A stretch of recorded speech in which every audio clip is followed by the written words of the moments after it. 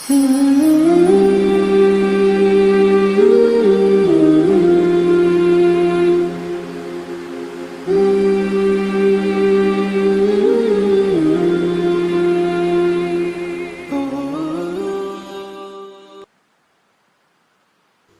اللہ الرحمن الرحیم وَإِنْ خِفْتُمْ، اور اگر تمہیں ڈر ہو، تمہیں خوف ہو،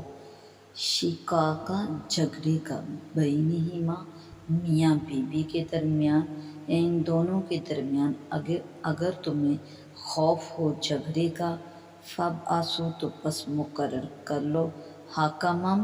ایک پنچ، من اہلہ، مرد کی طرف سے، وَحَکَمًا، اور ایک پنچ، من اہلہا، عورت کی طرف سے، ان یریدوا اصلاحا، اگر وہ صلح کرنا چاہیں تو، یوفیق،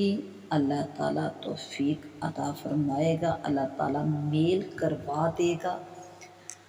بینہما، ان دونوں کے درمیان، تو اللہ تعالیٰ میاں بیوی کے درمیان میل کرا دے گا، ان اللہ، بے شک اللہ، کانا ہے، علیمًا، جاننے والا، خبیرًا، خبردار۔ وَإِنْ خِفْتُمْ شِقَاقَ بَيْنِهِمَا، اللہ رب العزت کو اپنے بندوں سے اتنا پیار ہے،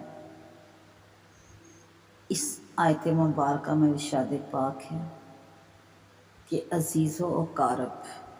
اپنے رشتہ داروں کے خانگی حالات سے کافی حد تک واقف ہوتے ہیں، اور اگر میاں بیوی کے درمیان جھگڑا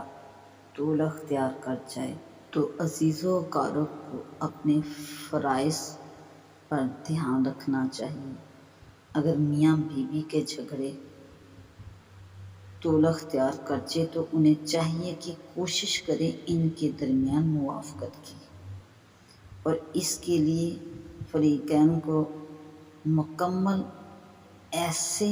دو افراد کا چناؤ کرنا چاہیے جس پر دونوں فریقین مکمل طور پر اعتماد کرتے ہوں، یعنی کہ مرد کی طرف سے ایک شخص اور ایک عورت کی طرف سے، تاکہ ان دو افراد سے اپنے دل کی بات کہنے میں اس مرد اور عورت کو کسی قسم کا کوئی تعامل بھی نہ ہوتا ہو، اور ان دو اشخاص کو بھی چاہیے کہ مکمل دلی خلوص کے ساتھ ان کے درمیان صلح کروانے کی کوشش کریں۔ ان اللہ کان علیما خبیرا، اللہ جانتا ہے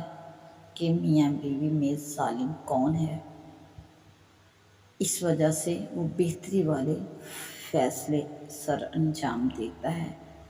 پنچوں کو میاں بیوی میں تفریق کر دینے کا اختیار نہیں ہے، کوشش دلی طور پر ان کے درمیان صلح کی ہونی چاہیے۔